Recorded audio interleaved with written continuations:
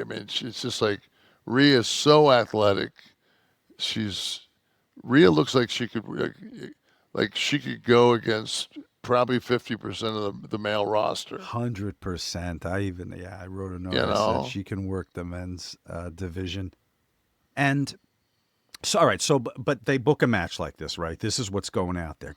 Shouldn't they have written that or booked that as like a big man match? Like when Andre would have to fight off a but bunch of she's people, not. like That's not her trying to chop her style. down. No, but in that with those people, if I she's in think. there with, I see. I think the psychology is you let you let Io sell, and you let me make Rhea just keep coming out on top, where they double team to chop her down, right. and then at the end when Rhea gets the win, and Io goes to like some if somehow the belt would have like they stood there and they had the belt between them, and Rhea kind of looked at the belt and then looked at her, I, and it's just like she's so super over. Hmm. Rhea is, you know, She's super over. She's super everything. It's just such a different. she's such a star, man. Yeah, she's just. It's Like tough to put her in the ring. Although Bianca, I think like someone like Bianca or I think Nia Jade, Jax. I think Jade will get there. I think she's she's just still green, but she's improving vastly. Mm-hmm. Um, there is some. I just she's like I said a long time ago on this show that there's so few people that sell, and Rhea can sell.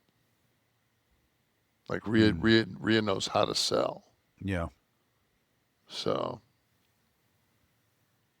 The other thing too is I'm calling it a big man style, maybe for lack of a more efficient term in wrestler speak, but a kick from Rhea to one of her opponents in this particular match should feel differently and be sold differently than a kick like from Roxanne to Rhea, right? All things are not equal. no, And I think no. that psychology has to creep But into the it's so hard storytelling. because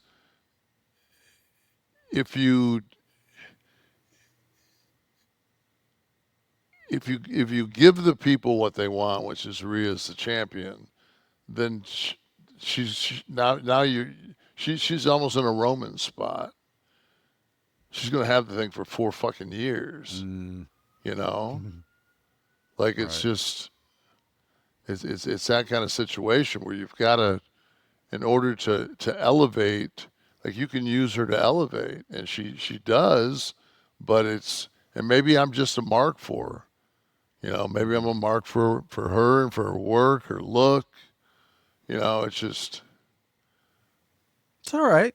and I'm not like an ink Deserved. guy. You're Like what? I'm not an ink. I'm not an ink guy. Right.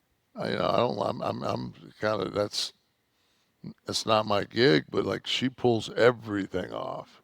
Mm-hmm. And like I said, when I met her at SummerSlam, well, I mean, I met her before, but when I saw her at SummerSlam, Yes. and she was just with no makeup on and everything. She's quiet and she's really chill, and you know, I always, um, a star to me is like I remember when I was a mark and went down to Joe Louis and I saw Hogan work, and I swore Hogan was 6'9" because he was just bigger than life, his charisma, Mm-hmm. everything else. And then when I finally met him, he was, he wasn't anywhere near that size. Um, it's the same thing with Rhea. I thought Rhea was like 6 foot, 185 pound girl, and she's probably 5'7". Right. She's just but on TV the way she moves, she just she comes across as bigger than life, Yeah. which stars do, you know. Yeah. Across all genres, too. Right. Stallone's a tiny guy, supposedly. Tom Cruise, they say, is small, too. You worked with him. Is he small? Yeah, Tom's, but he's you don't like you yeah like you walk into a room and you look at him and he's small, but he's fucking a movie. I mean, he's a star. He's a magnetic personality, for Yeah, he's sure. a But it's meant fucking in star. stature. Yeah, Yeah. he's just and he's so prepared. And every take is spot on. Just don't look at him in the eye. Did you? It was I think it was Adam that sent me a clip, and it was Scorsese, and it was that Catch Me If You Can. It was the movie. With DiCaprio? Yeah, with Yeah. DiCaprio. And remember, his dad was Christopher Walken, Mm-hmm. and they showed um, Walken goes over to Scorsese. Scorsese directed that, correct? Catch Me If You Can. I don't Steve know. I Spielberg. Spielberg. Okay, it was Spielberg, and so they were talking to Spielberg, and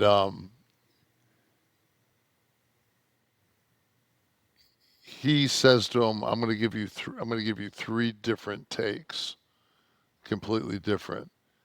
And and they showed each one of them, and it was the dialogue he has is when he first laid eyes on his wife, who was DiCaprio's mom, and the last time he comes to tears when he's telling the story, especially when he first lays eyes on her, and it was just just the brilliance of those three takes, like just one after another, and um,